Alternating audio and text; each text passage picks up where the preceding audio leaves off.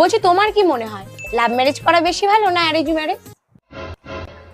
নিম পাতা তুমি ভেজেই খাও আর সিদ্ধই খাও, তিতো তো লাগবেই।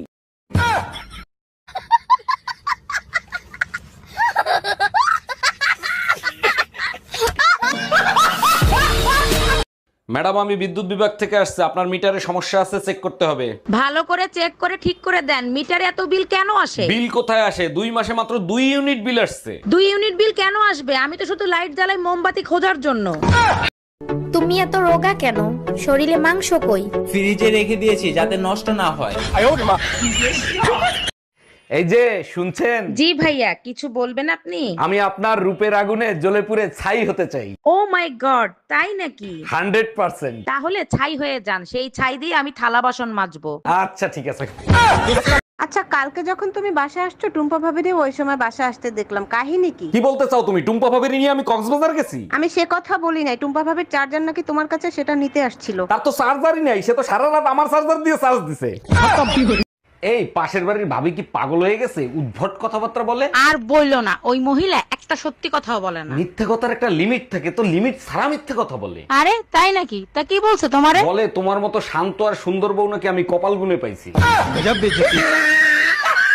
আচ্ছা, মা বললো তুমি নাকি বিয়ের আগে অনেক বড় শয়তান ছিলা। শুধু শয়তান ছিলাম না, শয়তানের মহাগুরু ছিলাম। জানো, শয়তানের কাছে কখনো শয়তান আসে না, আসে ভালো মানুষ। শয়তান যেখানে না যাইতে পারে সেখানে বউ পাঠায় দেয়। এই টুম্পা, কই তুমি? আমার 20টা টাকা দাও না, একটু চা নাস্তা করে আসি। সারা দিন ঘরে বসে শুধু বইয়ের কামাই খাবে, একটা চাকরি করার মুরুদ নাই। বেরো আমার বাড়ির থেকে। হ্যালো ছোট গিন্নি, কোনো খবর আছে? ভাই, আপনার সরকারি চাকরি হয়ে গেছে। আমি জানতাম জীবনে তুমি বড় একটা কিছু করবা বাবু। এই শোনো না, মাংস খাইতে ইচ্ছা করতেছে, আজকে একটু মাংস রান্না করো না। আচ্ছা ঠিক আছে, এলাচি শেষ হয়ে গেছে, এলাচি নিয়ে আসো। শোনো, বড়দের সম্মান দিয়ে কথা বলা শেখো। এলাচি আমার মায়ের নাম। এই শোনো, আম্মা জানার নাই, শেষ হয়ে গেছে।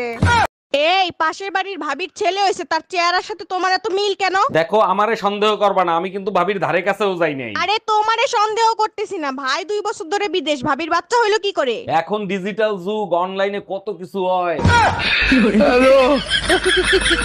শ্বশুর মশাই, এনার আপনার মেরে রেখে দেন, ওর সঙ্গে সংসার করা যায় না।